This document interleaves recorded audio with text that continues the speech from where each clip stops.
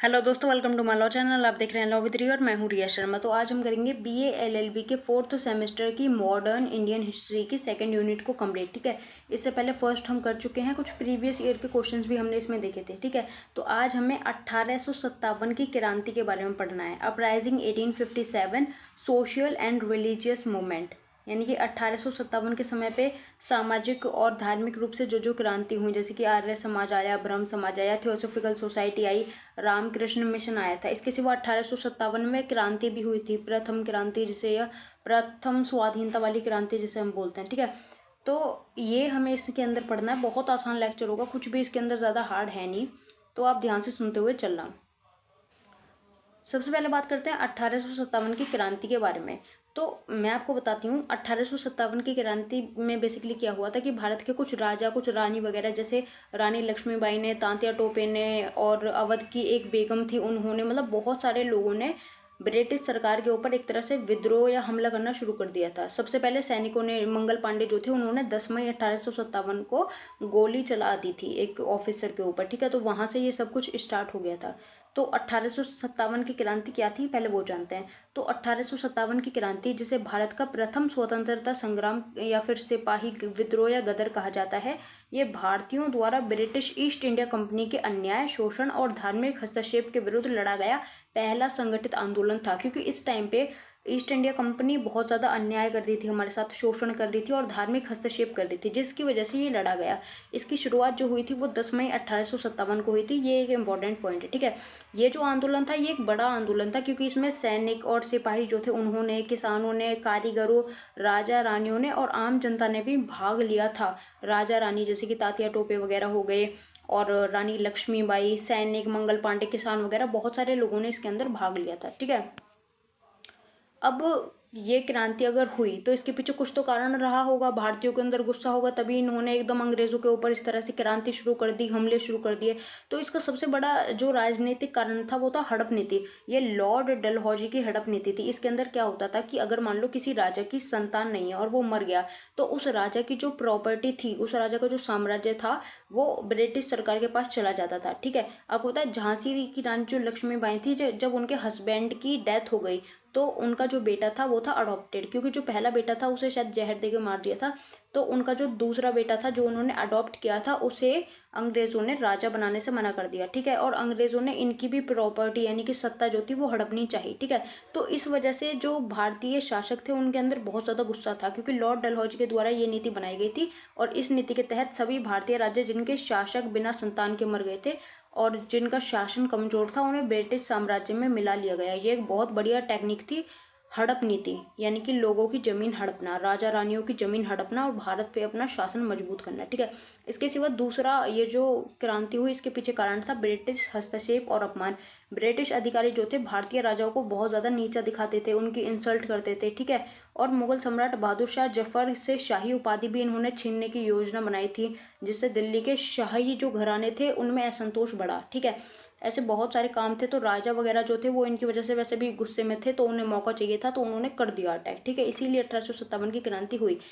इसी के सिवाय ब्रिटिश अफसरों का अहंकार और अन्याय, ब्रिटिश जो अधिकारी होते थे वो सैनिकों और नागरिकों के साथ, अंग्रेजी अफसर जो थे, सॉरी, भारतीय अधिकारियों के साथ जो अंग्रेजी अफसर थे वो दुर्व्यवहार करते थे और बहुत ज़्यादा काला गोरा इस तरह से भेदभाव करते थे। ठीक है, उच्च प्रशासनिक पदों पर केवल अंग्रेज नियुक्त होते थे, जबकि जो भारतीय थे उन्हें हमेशा नीचे वाले पदों पर रहने दिया जाता था।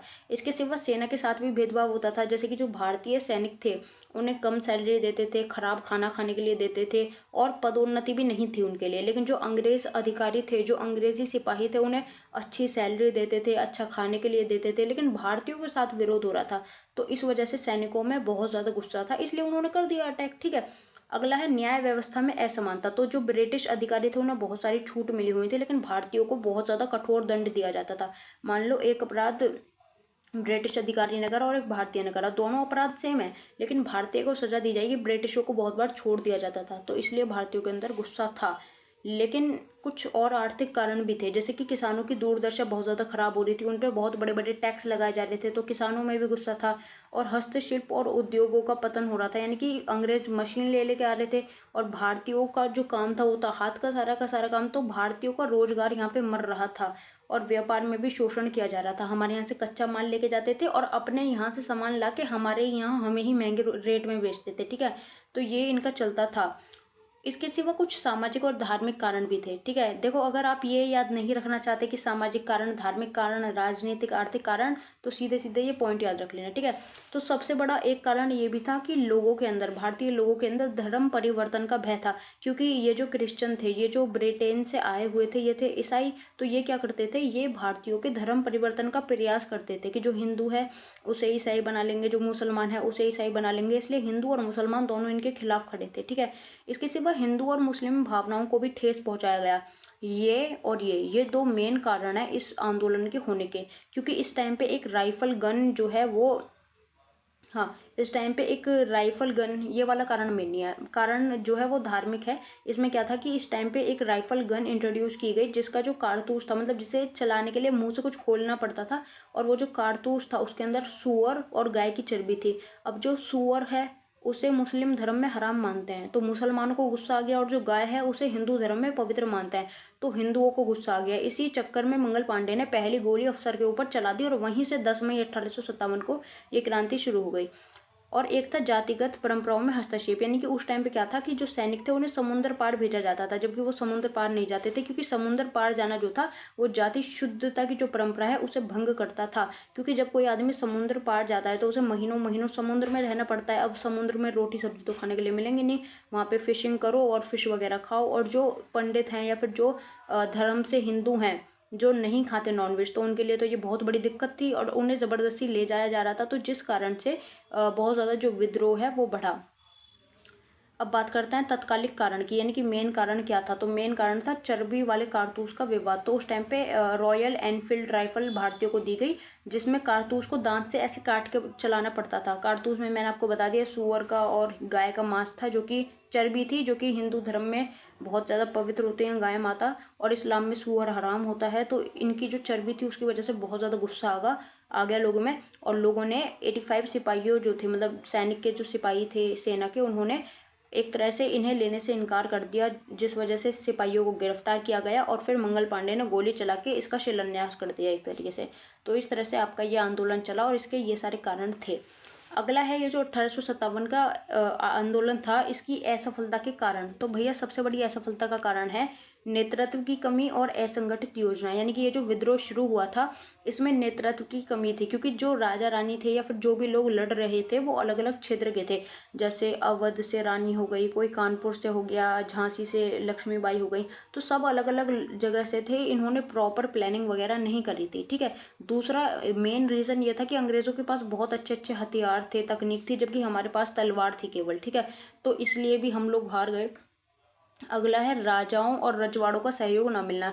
कुछ राजा थे जिन्होंने सपोर्ट करा, कुछ राजा थे जिन्होंने खुद से युद्ध लड़ा, लेकिन कुछ राजा ऐसे थे जिन्होंने सपोर्ट नहीं करा। जैसे पंजाब, हैदराबाद, ग्वालियर के जो बड़े बड़े रजवाड़े थे उन्होंने अंग्रेजों का साथ दिया और भारतीयों को धोखा दिया।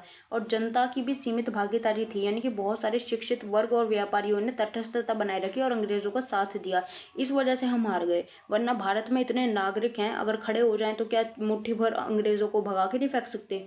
तो यही था कि सपोर्ट की थोड़ी कमी रह गई।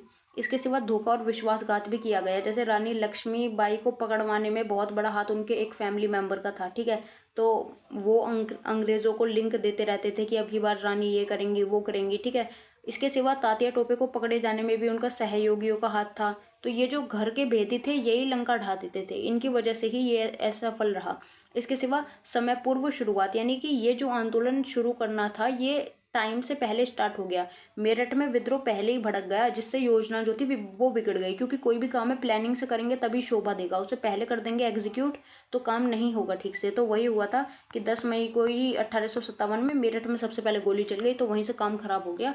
प्लानिंग के साथ करते तो सक्सेस मिल सकती थी, लेकिन ये फिर भी बहुत बड़ा आंदोलन रहा। अब ये जो था आंदोलन, ये क्रांति जो थी ये असफल रही, लेकिन फिर भी इसकी असफलता का भारतीय समाज पर क्या प्रभाव पड़ा। सबसे पहला प्रभाव तो ये था कि ब्रिटिश शासन में बहुत बड़ा बदलाव आ गया। अब तक क्या था कि EIC यानी कि ईस्ट इंडिया कंपनी भारत को संभाल ली थी, लेकिन अब क्या किया गया, ईस्ट इंडिया कंपनी के शासन को खत्म करके डायरेक्ट जो क्राउन का शासन था यानी कि डायरेक्ट ब्रिटिश सरकार जो थी वो यहाँ का शासन संभालने लगी। तो पहला बड़ा बदलाव था कि East India Company tata bye bye हो गई। दूसरा है ब्रिटिश दमन नीति। अब अगर हमने उनके खिलाफ क्रांति करी थी तो चुप तो वो बैठेंगे नहीं, तो उन्होंने क्या करा, उन्होंने भारी दमन किया, यानी कि हजारों लोगों को फांसी पे चढ़ा दिया, कितने कितने लोगों की संपत्ति छीन ली, कितने लोगों को जेल में डाल दिया परमानेंटली। ठीक है, तो इसका ये भी बहुत बड़ा प्रभाव पड़ा, प्रभाव बोलो या परिणाम बोलो एक ही बात है। तो ये भी परिणाम रहा कि भारतीयों को दबाया कुचला गया।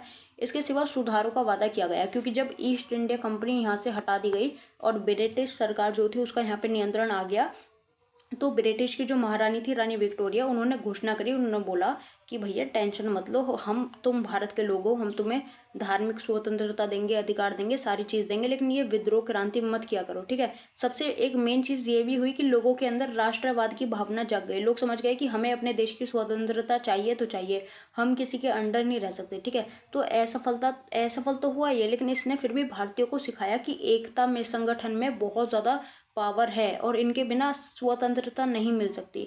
तो असफल रहा, लेकिन फिर भी इसने बहुत बढ़िया तरीके से अपना प्रभाव लोगों पर डाला। अगला क्वेश्चन है कि क्या इसे प्रथम स्वाधीनता संग्राम कहना उचित है, यानी कि इसे हम फर्स्ट फाइट बोल सकते हैं? तो जी हाँ, बिल्कुल बोल सकते हैं, क्योंकि ये केवल सैनिक विद्रोह नहीं था। ऐसा नहीं था कि केवल सैनिकों ने लड़ लिया, बल्कि ये इतना बड़ा विद्रोह था कि इसमें किसान, जमींदार, पूर्व रियासतें और जनता भी शामिल थी। खुद सोचो कि महारानी लक्ष्मीबाई, तात्या टोपे, अवध की महारानी, और आई थिंक दिल्ली से बहादुर शाह जफर ने भी सपोर्ट किया था। तो इतने सारे लोग इसके अंदर थे, तो इसीलिए इसे स्वाधीनता संग्राम कहा गया। VD सावरकर जैसे राष्ट्रवादियों ने भी इसे प्रथम स्वतंत्रता संग्राम का नाम दिया था। ये पढ़ लो। ठीक है, अब ये जो फर्स्ट स्वतंत्रता संग्राम था 1857 वाला, इसमें कुछ लोगों ने योगदान दिया। पहले हैं बहादुर शाह जफर, ये दिल्ली के थे। इन्होंने प्रतीकात्मक नेतृत्व किया और विद्रोहियों ने उन्हें सम्राट घोषित किया, यानी कि जो विद्रोह कर रहे थे उन्होंने सम्राट माना और बहादुर शाह जफर ने एक तरह से नेतृत्व किया। दूसरे नाना साहेब थे जो कानपुर से लड़ रहे थे। इन्होंने पेशवा बाजीराव द्वितीय के दत्तक पुत्र, यानी कि मतलब ये पेशवा बाजीराव द्वितीय के दत्तक पुत्र, दत्तक का मतलब होता है अडॉप्टेड, यानी कि गोद लिया हुआ, अडॉप्टेड पुत्र थे ये, और इन्होंने कानपुर में विद्रोह को संभाला। तात्या टोपे जो थे ये भी नाना साहेब के सेनापति थे और कुशल रणनीतिकार थे। इन्होंने भी विद्रोह को संभाला। ठीक है, ये भी पढ़ लो, इन लोगों ने भी विद्रोह में अपना बहुत बड़ा योगदान दिया। और सबसे बड़ा योगदान है रानी लक्ष्मीबाई का। तो रानी लक्ष्मीबाई के बारे में थोड़ा सा पढ़ते हैं, फिर उनका योगदान पढ़ेंगे। तो बेसिकली रानी लक्ष्मीबाई, जिन्हें झांसी की रानी के नाम से भी जाना जाता है, 1828 में इनका वाराणसी में जन्म हुआ था। इनके पति राजा गंगाधर राव की मृत्यु के बाद इनके जो अडॉप्टेड सन थे, यानी कि जो दत्तक पुत्र थे, जो इन्होंने अडॉप्ट करे थे, उन्हें अंग्रेजों ने उत्तराधिकारी मानने से मना कर दिया और इनकी संपत्ति यानी कि झांसी को हड़प लिया। ये सिस्टम था हड़प नीति के अंदर कि अगर बच्चा नहीं है तो तुम्हारी संपत्ति छीन ली जाएगी। तो वही था कि सगा बेटा था नहीं, अडॉप्टेड सन था, यानी कि गोद लिया हुआ बेटा था। तो ब्रिटिश सरकार मान नहीं रही थी और इनकी झांसी को हड़प लिया। तो रानी ने कहा कि मैं अपनी झांसी नहीं दूंगी। ये कहते हुए उन्होंने संघर्ष का बिगुल फूंका और मतलब यहीं से लड़ाई शुरू हो गई। तो उन्होंने वीरता से अंग्रेजों के साथ युद्ध किया। खासकर 1858 में जनरल ह्यूरोज से उन्होंने बहुत तगड़ा युद्ध किया और एंड में उनकी डेथ हो गई। वो यानी कि वीर गति को प्राप्त हुई, और वीर गति को प्राप्त बेशक हुई, लेकिन उन्होंने अपनी बॉडी भी अंग्रेजों के हाथ नहीं लगने दी, क्योंकि उन्हें पता थी कि अगर इनके हाथ लगी तो दुर्गति हो जाएगी। इसलिए उन्होंने खुद को आग में झोंक दिया, यानी कि आग लगा के उन्होंने वहीं की वहीं खत्म हो गई वो। ठीक है, तो इस तरह से वो वीर गति को प्राप्त हुई। तो इनका बहुत बड़ा योगदान था। तो निष्कर्ष में हम कह सकते हैं कि 1857 की क्रांति बहुत बढ़िया क्रांति थी। इसमें भारतीय जनता की राजनीतिक उपेक्षा, प्रशासनिक अन्याय वगैरह सबके खिलाफ जो भी मतलब प्रॉब्लम चल रही थी, तो लोग जब बहुत ज़्यादा भड़क गए तो उन्होंने ये किया इस तरह से। तो ये आप लिख लो, समझ लो। अगला है रामकृष्ण मिशन क्या है। ठीक है, रामकृष्ण मिशन क्या है, इसकी स्थापना कब, कहाँ, क्यों, कैसे, किसके द्वारा की गई, सारी डिटेल पढ़ते हैं। ठीक है, तो रामकृष्ण मिशन एक हिंदू धार्मिक और आध्यात्मिक, आध्यात्मिक का मतलब होता है स्पिरिचुअल, तो ये एक धार्मिक और स्पिरिचुअल संगठन है जिसकी स्थापना 1897 को स्वामी विवेकानंद ने की थी। ये याद रखना कि किसने करी थी। तो 1 मई 1897 को स्वामी विवेकानंद ने इसकी स्थापना की थी। इसका जो हेडक्वार्टर था यानी कि मुख्यालय था वो कोलकाता के पास बेलूड़ मठ में स्थित था।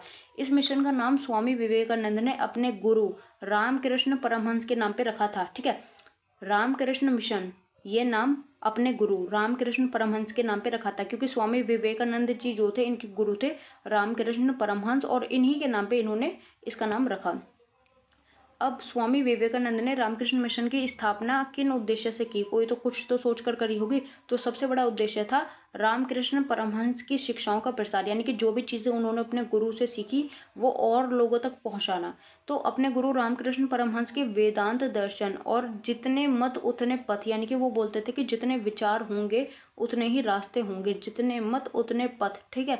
तो इस संदेश को दुनिया भर में फैलाना, और रामकृष्ण परमहंस ने सभी धर्मों की एकता और ईश्वर तक पहुंचने के विभिन्न मार्गों पर जोर दिया था। उन्होंने बताया रामकृष्ण परमहंस ने कि ईश्वर तक अगर आपको पहुंचना है तो बहुत सारे रास्ते हैं। तो रामकृष्ण परमहंस की सारी शिक्षाओं का प्रसार करने के लिए, यानी कि लोगों तक पहुंचाने के लिए, ट्रांसफर करने के लिए रामकृष्ण मिशन की स्थापना की गई थी। दूसरा था साधुओं और सन्यासियों को संगठित करना। ऐसे साधु और सन्यासियों को एक साथ लाना जो रामकृष्ण परमहंस की शिक्षाओं में गहरी आस्था रखते हों और उनके उपदेशों को जनसाधारण तक पहुंचा सकें। यानी कि इसका मतलब था रामकृष्ण मिशन, नाम से समझो, यानी कि रामकृष्ण जी के जो वचन हैं, जो भी उनके विचार हैं, उनको लोगों तक पहुंचाना। तो सबसे पहला काम था इसका शिक्षा का प्रसार करना। दूसरा काम था ऐसे साधु और सन्यासियों को इकट्ठा करना जो इस शिक्षा को यहाँ वहाँ ट्रांसफर कर सकें, ठीक है।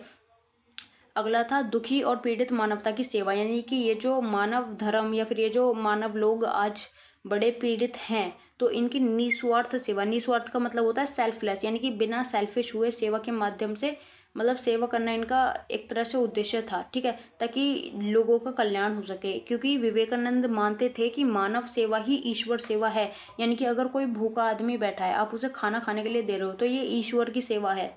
अगर आप मंदिर में हजारों के लड्डू वगैरह ले लेके जा रहे हो, सामने कोई भूखा मांग रहा है, आप भूखे को नहीं दे रहे, आप भगवान की मूर्ति के सामने रख रहे हो, तो ये गलत है, ठीक है। तो इन्होंने ये बोला था कि मानव की सेवा ही ईश्वर की सेवा है। ये इस सिद्धांत में विश्वास रखते थे। अगला उद्देश्य था भारतीय संस्कृति और आध्यात्मिकता को बढ़ाना। तो भारत की प्राचीन आध्यात्मिक और सांस्कृतिक विरासत जो सोई हुई थी उसे पुनर्जीवित करना और दुनिया के सामने इसकी महानता को प्रस्तुत करना। तो इसी के चक्कर में विवेकानंद जी बहुत बार फॉरेन कंट्रीज भी गए थे, जहाँ पे उन्होंने भारत की संस्कृति, विरासत, आध्यात्मिकता के बारे में बहुत चीज़ें लोगों को समझाई और सिखाई। अब इसकी स्थापना किसके द्वारा की गई थी? तो ये मैंने बता दिया कि रामकृष्ण मिशन की स्थापना स्वामी विवेकानंद ने की गई थी। उद्देश्य भी बता दिया अभी जस्ट पीछे, ये डबल कॉपी हो गई। तो रामकृष्ण मिशन क्लियर हुआ। अगला है थियोसॉफिकल सोसाइटी क्या है? तो ये जो थियोसॉफिकल सोसाइटी है ये एक इंटरनेशनल आध्यात्मिक संस्था है। यानी कि एक तो होती है इंडिया की स्पिरिचुअल संस्था, यानी कि जहाँ आध्यात्मिक काम होता हो, जैसे इस्कॉन है इंडिया में है, और अमेरिका, रशिया और भी अदर कंट्रीज़ में है। लेकिन कोई संस्था जो केवल इंडिया में है, लेकिन ये है अंतर्राष्ट्रीय, यानी कि ये बहुत सारे देशों में है। इसकी स्थापना 1875 में न्यूयॉर्क के हेलन पेट्रोकॉम ब्लावोत्स्की और कर्नल हेनरी स्टील ओलकोटे ने की थी। सीधा सीधा बस इतना याद रख लेना कि 1857 में न्यूयॉर्क में इसकी स्थापना की गई थी। नाम याद हो जाए तो नाम याद रख लेना, वरना कोई बड़ी बात नहीं है, ठीक है। तो ये जो थियोसॉफी है ये ग्रीक भाषा के दो शब्द थियोस और सोफिया से मिलकर बना है। थियोस का मतलब होता है ईश्वर यानी कि भगवान, और सोफिया का मतलब होता है ज्ञान। इसका मतलब है ईश्वरीय ज्ञान या फिर ब्रह्म विद्या। तो थियोसॉफिकल सोसाइटी एक ऐसी सोसाइटी थी जिसमें ईश्वरीय ज्ञान या ब्रह्म विद्या से संबंधित काम होते थे। अब इसके मुख्य काम क्या थे? तो इसका पहला मुख्य काम था मानव जाति के सार्वभौम बंधुत्व का केंद्र बनना। यानी कि ये संस्था जाति, धर्म, लिंग, वर्ण या रंग के भेदभाव के बिना सभी मनुष्यों को एक परिवार के रूप में देखती थी। इसका मानना था कि बंधुत्व होना चाहिए, यानी कि भाईचारा होना चाहिए। ये जो 10 टुकड़े में बटे हुए हैं ये सब एक ही होने चाहिए। तो एकता और भाईचारे की भावना इसके अंदर देखी जाती थी। सभी मनुष्यों को एक परिवार ये मानते थे। ये ऐसा नहीं कि इसकी जाति कोई और है, इसका धर्म कुछ और है, ये तो किसी और लिंग का है, ऐसा कुछ नहीं था। सब इनके लिए बराबर थे। दूसरा है धर्म, दर्शन और विज्ञान के अध्ययन को प्रोत्साहित करना। तो थियोसॉफिकल सोसाइटी जो थी ये धर्म के साथ साथ दर्शन और वैज्ञानिक विचारों का भी तुलनात्मक अध्ययन करने पर जोर देती थी, ताकि सत्य की खोज की जा सके। यानी कि ऐसा नहीं कि हम केवल एक कोई बुक या फिर कोई एक धर्म ग्रंथ लेके बैठे रहेंगे, नहीं। थियोसॉफिकल सोसाइटी जो थी इसके अंदर बहुत सारे धर्म ग्रंथ वगैरह और विज्ञान वगैरह से संबंधित स्टडी की जाती थी। तीसरा है प्रकृति के अज्ञात नियमों और मानव में निहित शक्तियों का अनुसंधान करना, यानी कि इस सोसाइटी का उद्देश्य था कि प्रकृति यानी कि नेचर के उन नियमों और मानव की उन गुप्त शक्तियों का पता लगाना जो अभी तक ज्ञात नहीं है। यानी कि ये ऐसा मानते थे कि नेचर में बहुत ज़्यादा पावर है और जो इंसान है उसके अंदर भी बहुत सारी हिडन क्वालिटीज़ हैं, तो उन क्वालिटीज़ को बाहर लाया जाए और उन्हें समझा जाए। अगला है हिंदू धर्म का पुनरुत्थान। तो जब भारत में ये थियोसॉफिकल सोसाइटी आई तो इन सोसाइटी ने हिंदू धर्म के प्राचीन ज्ञान और दर्शन को पुनर्जीवित करने का ट्राई किया और उसकी महानता को स्थापित करने में महत्वपूर्ण भूमिका निभाई। क्योंकि जब ये थियोसॉफिकल सोसाइटी इंडिया आई तो इसने अध्ययन करा कि हिंदू धर्म क्या है, इसके अंदर क्या होता है, तो इन्हें ये अच्छा लगा। तो इन्होंने सोचा कि ये जो हिंदू धर्म है क्यों ना इसका प्रचार प्रसार किया जाए, तो ये भी इनका एक कार्य था। इसके सिवा सामाजिक सुधार। तो एनी बेसेंट के नेतृत्व में सामाजिक थियोसॉफिकल सोसाइटी में सामाजिक सुधार किए गए, जैसे कि बाल विवाह, अस्पृश्यता। अस्पृश्यता का मतलब होता है छुआछूत, तो बाल विवाह, छुआछूत और विधवा पुनर्विवाह जैसी सामाजिक बुराई के खिलाफ आवाज़ उठाई गई थी। किसके नेतृत्व में? एनी बेसेंट के नेतृत्व में। अब ये एनी बेसेंट कौन है ये भी आगे पढ़ेंगे, ठीक है। इसके सिवा राष्ट्रीय चेतना का भी विकास हुआ, यानी कि इस संस्था ने भारतीयों को अपनी संस्कृति और धर्म के प्रति जागरूक करने का जो गौरव होता है उसकी भावना को बढ़ावा दिया। यानी कि एक होता है ना कि हम अपनी संस्कृति के लिए गौरव फील करते हैं, प्राउड फील करते हैं, तो उसको भी इसने बढ़ावा दिया। तो थियोसॉफिकल सोसाइटी का लक्ष्य जो था वो एक ऐसा मानव समाज बनाना था जिसमें सेवा, सहिष्णुता, आत्मविश्वास और समत्व की भावना हो। इसका आदर्श वाक्य था, सत्य से श्रेष्ठतर कोई धर्म नहीं है। यानी कि जो ट्रूथ है वही सबसे बेटर रिलीजन है, उससे बढ़िया रिलीजन कोई और है ही नहीं, ठीक है। अब थियोसॉफिकल सोसाइटी, रामकृष्ण मिशन हो गए हैं। अगले पढ़ते हैं आर्य समाज क्या है। तो आर्य समाज जो है वो एक हिंदू सुधार आंदोलन है। इसकी स्थापना की थी दयानंद सरस्वती ने। जो रामकृष्ण मिशन है उसकी की थी विवेकानंद जी ने और आर्य समाज की थी दयानंद सरस्वती जी ने, ठीक है। तो ये संगठन वेदों को सर्वोच्च मानता था, यानी कि ये मानता था कि वेदों की ओर लौटो, यानी कि वेदों को पढ़ो। लेकिन ये जो मूर्ति पूजा आप करते हो ये गलत है, बहुदेववाद गलत है और कर्मकांड, अंधविश्वास ये सब गलत है, ठीक है। बहुदेववाद का मतलब होता है एक से ज़्यादा अधिक देवताओं की पूजा करना। तो ये वेद यानी कि जो हमारे स्क्रिप्चर हैं, ओल्ड इंडियन टेक्स्ट वगैरह जो है स्क्रिप्चर हैं, उन्हें महान मानता था। लेकिन ये बोलता था कि ये मूर्ति पूजा वगैरह मत करो और बहुदेववादी मत बनो, इस तरह से, ठीक है। तो आर्य समाज की जो स्थापना थी वो 10 अप्रैल 1875 को मुंबई में दयानंद सरस्वती जी ने करी थी। ये आप पढ़ लो और, ठीक है। अब ये जो क्या नाम है इसका, ये जो आर्य समाज है इसके क्या सिद्धांत या फिर क्या नियम थे, ठीक है। तो इसके अंदर कुछ जरूरी बातें थी। अगर कोई आदमी आर्य समाज को अपनाता है तो उसे ये बातें माननी पड़ेंगी। सबसे पहली थी कि सबसे बड़ा और पहला भगवान एक ही है। जैसे इस्लाम धर्म में मानते हैं ना कि अल्लाह एक है, यानी कि एक ही है, कोई 10 नहीं है। उसी तरह से दयानंद सरस्वती ने जो आर्य समाज बनाया उसका भी पहला सिद्धांत या फिर नियम यही था कि भगवान एक है, यानी कि अनेक भगवान नहीं है, केवल एक भगवान है। दूसरा, वेदों में सारी सच्ची बात लिखी है, इसलिए सबको वेद पढ़ना और सुनना चाहिए। इन्होंने बोला कि वेद जो वेद हैं, धर्म ग्रंथ है, इनमें सब कुछ सच लिख रहा है, तो वेदों को पढ़ो। तीसरा, हमेशा सच बोलो, गलत चीज़ से दूर रहो। जो भी काम करो सोच समझकर और अच्छे तरीके से करो। सिर्फ अपनी तरक्की नहीं बल्कि सबका भला चाहो, यानी कि ऐसा नहीं कि मेरा मेरा फ़ायदा हो, बल्कि सबका भला चाहो। सबके साथ प्यार से और सही तरीके से पेश आओ। अपनी बेवकूफ़ी भरी बातों को ख़त्म करो और ज्ञान बढ़ाओ, यानी कि थोड़ी नॉलेज लो, क्या पागलों की तरह बातें करते हो, ठीक है। और सबको मिलकर समाज को बेहतर बनाने के लिए काम करना चाहिए, ठीक है। ये पढ़ लो। तो ये इनके कुछ नियम और सिद्धांत थे।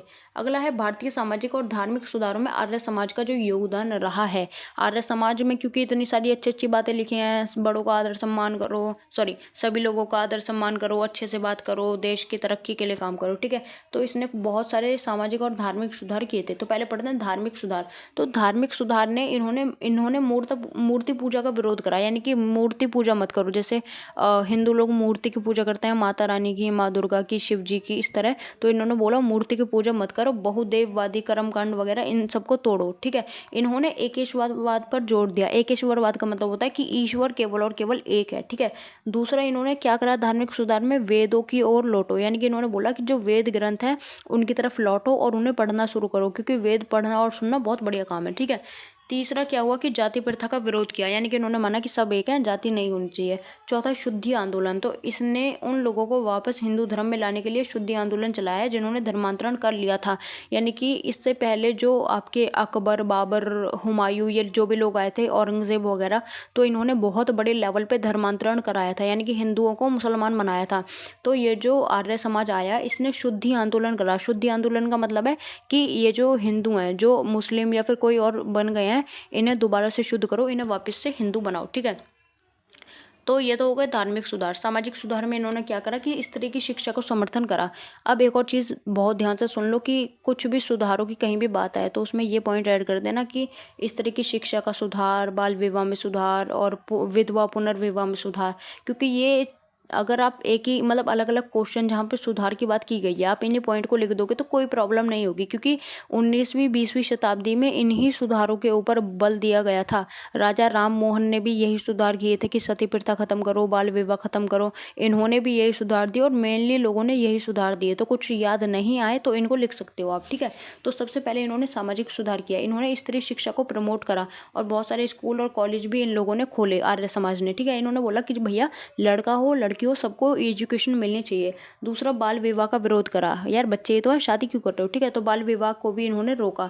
फिर इन्होंने विधवा पुनर्विवाह की व्यवस्था करी, यानी कि ऐसा नहीं है कि किसी का हस्बैंड मर गया तो उसकी शादी मत करो, तो विधवा का भी दोबारा शादी होना चाहिए, तो ये व्यवस्था भी इन्होंने करी। और छुआछूत का विरोध करा, इन्होंने बोला कि भैया सब लोग समान है, छुआछूत मत करो। और राष्ट्रीयता की भावना भी इन्होंने लोगों के अंदर जगाई और शिक्षा का प्रसार करा। इन्होंने DAV यानी कि दयानंद एंग्लो वैदिक स्कूल और कॉलेज की स्थापना की। DAV की बहुत सारी ब्रांचेज हैं, बहुत सारी राज्यों में DAV की बहुत सारी ब्रांचेज हैं। तो इन्होंने शिक्षा के प्रसार के लिए अपने ये कॉलेजेस वगैरह भी खोले थे, ठीक है। तो आर्य समाज का जो मुख्य उद्देश्य था वो एक ऐसे समाज की स्थापना करना था जहाँ वेद के सिद्धांत हों, यानी कि जो हमारे वेद होता है, ऋग्वेद, सामवेद, अथर्ववेद, यजुर्वेद, तो ये जो वेद हैं इनके सिद्धांत पर आधारित हो, जहाँ सभी लोग समान हो, किसी के साथ भेदभाव ना हो, अंधविश्वास ना हो, कोई बुराई ना हो, ठीक है। तो आर्य समाज का उद्देश्य था ऐसे भारत को बनाना। क्लियर। नेक्स्ट है ब्रह्म समाज क्या है। तो ब्रह्म समाज क्या है, इसके नियम सिद्धांत सब कुछ पढ़ेंगे। तो ब्रह्म समाज 19वीं शताब्दी में बंगाल में स्थापित किया गया था। इसकी स्थापना राजा राम मोहन राय ने की थी। राजा राम मोहन राय ने ब्रह्म समाज की स्थापना की थी। दयानंद सरस्वती जी जो थे इन्होंने आर्य समाज की स्थापना की। और रामकृष्ण मिशन की स्थापना की स्वामी विवेकानंद जी ने, ठीक है। नाम याद रखना इनके, भूल मत जाना बिल्कुल भी। तो ब्रह्म समाज की स्थापना राजा राम मोहन राय जी ने की कलकत्ता में, ठीक है। इसका उद्देश्य था हिंदू धर्म में जो कुरीतियां हैं, जो बुराइयां हैं, उन्हें दूर करना और एकेश्वरवाद के सिद्धांत को अपनाना, यानी कि ईश्वर केवल और केवल एक है, उसका कोई और रूप नहीं है। ये भी मूर्ति पूजा, कर्मकांड और अंधविश्वासों का विरोध करते थे, जैसे अभी आर्य समाज वाले कर रहे थे ना, मूर्ति पूजा का विरोध और अंधविश्वासों का विरोध, तो यही सेम काम ब्रह्म समाज ने भी किया था, ठीक है। इसलिए मैं आपसे बोल रही थी कि अगर सुधार की बात आए तो आप इन्हें लिख सकते हो, क्योंकि मैंने पढ़ा है खुद, मैंने ही ये प्रेजेंटेशंस वगैरह बनाई हैं, तो मुझे पता है कि सेम वही चीज़ें रिपीटेड हैं इनके अंदर, ठीक है। ब्रह्म समाज पर टिप्पणी, तो इसमें भी वही बात आ जाएगी कि ब्रह्म समाज जो था वो राजा राम मोहन राय के द्वारा बनाया गया था। इसमें ये सुधार किए गए थे, लाइक जातिवाद को खत्म करो, सती प्रथा पर बल दो, ये सब। नेक्स्ट है ब्रह्म समाज के नियम और सिद्धांत, यानी कि इसके अंदर क्या क्या थ्योरीज और क्या क्या नियम थे। तो सबसे पहले एकेश्वरवाद, यानी कि ईश्वर जो है वो एक है और कोई भी 10-20 ईश्वर नहीं है। दूसरा, मूर्ति पूजा का विरोध, यानी कि समाज में मूर्ति पूजा जो है वो बेकार है, ईश्वर की उपासना का सही तरीका नहीं है, यानी कि मन से ईश्वर की पूजा करो, मूर्ति पूजा मत करो। तीसरा था अंधविश्वासों का खंडन, यानी कि अंधविश्वास में भरोसा मत रखो, भगवान में रखो। चौथा था सभी धर्मों में सत्य, यानी कि जितने भी धर्म है सभी सत्य पर आधारित होने चाहिए और झूठ वगैरह नहीं होना चाहिए। इसके सिवा मानव गरिमा और समानता, लाइक सभी जो मनुष्य हैं उन्हें समानता से जीने का अधिकार मिले। सामाजिक सुधार और तर्क बुद्धि में भी इन्होंने बहुत सारे कार्य किए थे। अब देखते हैं भारतीय सामाजिक और धार्मिक सुधारों में ब्रह्म समाज का क्या योगदान रहा। तो इन्होंने धार्मिक सुधारों में क्या किया कि लाइक एकेश्वर का वाद का प्रचार किया कि ईश्वर एक है, मूर्ति पूजा का विरोध किया इन्होंने, ठीक है। अंधविश्वासों का भी इन्होंने विरोध करा और सामाजिक सुधार में इन्होंने सती प्रथा को खत्म करा, बाल विवाह का विरोध करा। ये सारे वही सेम है जो अभी हमने आर्य समाज में पढ़े थे। रामकृष्ण मिशन में भी आप चाहो तो 1-2 ऐसे पॉइंट लिख सकते हो, लेकिन रामकृष्ण मिशन जो है वो जो भगवान के जैसे जो रामकृष्ण परमहंस थे उनके विचारों पर आधारित है, लेकिन इनके पॉइंट बिल्कुल सेम है, ठीक है। जैसे स्त्री शिक्षा को प्रमोट किया, जाति प्रथा का विरोध किया, इस तरह से। तो ये था आज का लेक्चर। आपको अगर लॉ रिलेटेड किसी भी सब्जेक्ट के नोट्स चाहिए तो आप मेरे को इस नंबर पे पेड नोट्स के लिए डीएम कर सकते हो, और हाईली रिकमेंडेड है कि आप हिस्ट्री के नोट्स ले लो, क्योंकि इसके अंदर बहुत सारे प्रीवियस ईयर के क्वेश्चन है जो कि वीडियो के अंदर सारे कराना पॉसिबल नहीं है। कमेंट करके इतना बता देना वीडियो कैसी लगी। Thanks for watching. जय हिंद, जय भारत।